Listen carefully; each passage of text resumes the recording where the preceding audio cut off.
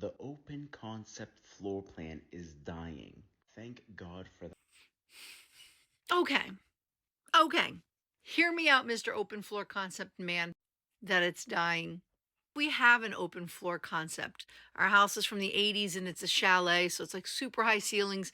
Literally, the kitchen goes into the dining room, goes into the living room. Like it's one big long room. Would I like more walls to hang things on? Sure, that would be nice.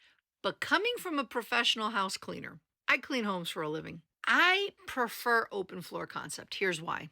Less walls means less picture frames, less knickknacks, less things to hang, less door frames to clean, less space for dust to settle on, which means less work for me to do.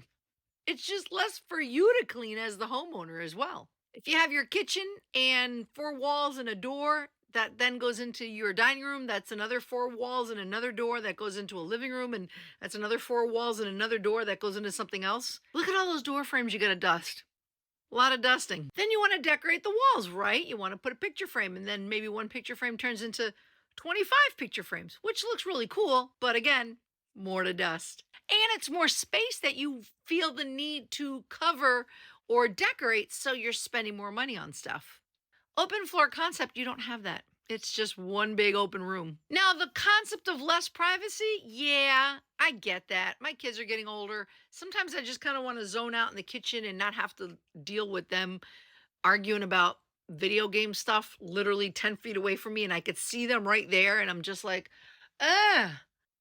Sometimes kitchen scents blend in with living room scents, because open floor. But I do like that I feel a part of the living experience.